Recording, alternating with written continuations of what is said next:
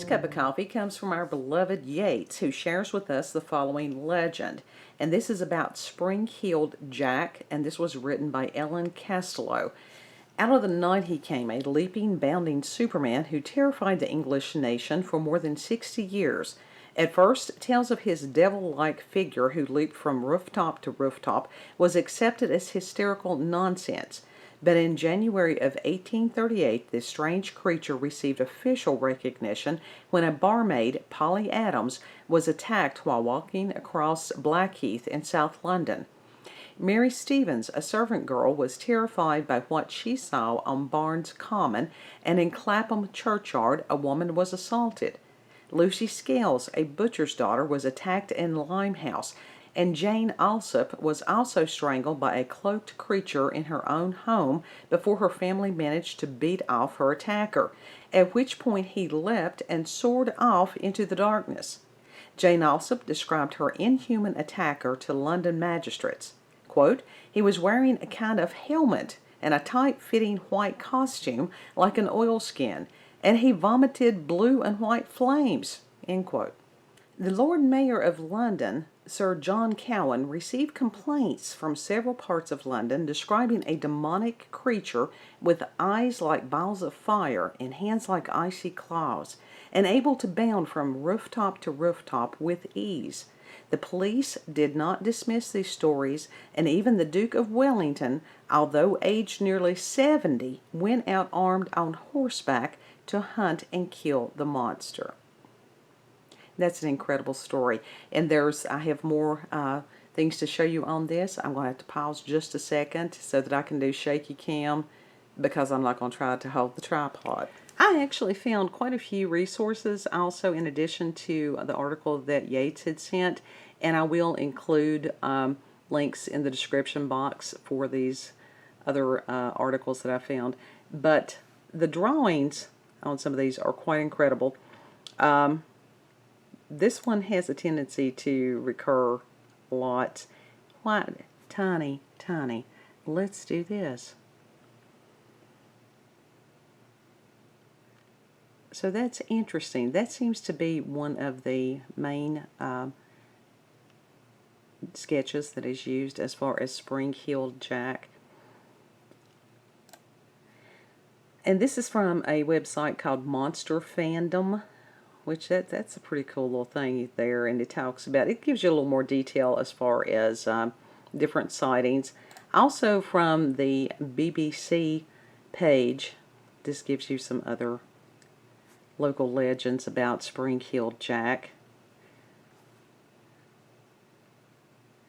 And so you can read and find some other interestingness on this. Also with these, it's not just about Spring-Heeled Jack. There's lots of things that you can look up. As I was doing my search, I found something wondrous. What would be the chances of that? So they actually have, Yates, I appreciate you more than you can even imagine, because this coffee company that the artist has got, let's see if I can give you his name. Sam Heimer is the artist on this. I will include the website for both his Etsy shop and for the Spring-Heeled Jack coffee. Just amazing. It's just hilarious. The marketing on this is great.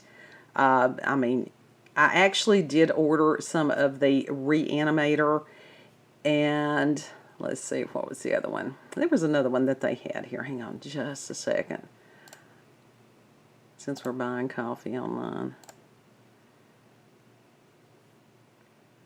Yeah, there's the Reanimator, which the artwork is great. This is supposed to be dark and mysterious. There you go, Joe. With a little bit of Indonesian smoothness blended in. So that's bound to be pretty good. And then the other one that I had decided to try, I probably should have gotten that 3-blend sampler pack, but the Hessian, I want a t-shirt like that. I really need a t-shirt like that. And that this is supposed to have, again, dark and mysterious, strong notes of dark red fruitiness and wine-like finish. Yeah. So when we will have a review when these coffees come in. And so I thank you very much, Yates, for everything, for sharing with us about Spring-Heeled Jack, for giving me a wonderful rabbit hole to travel down about the legend, and for hopefully finding some damn good coffee.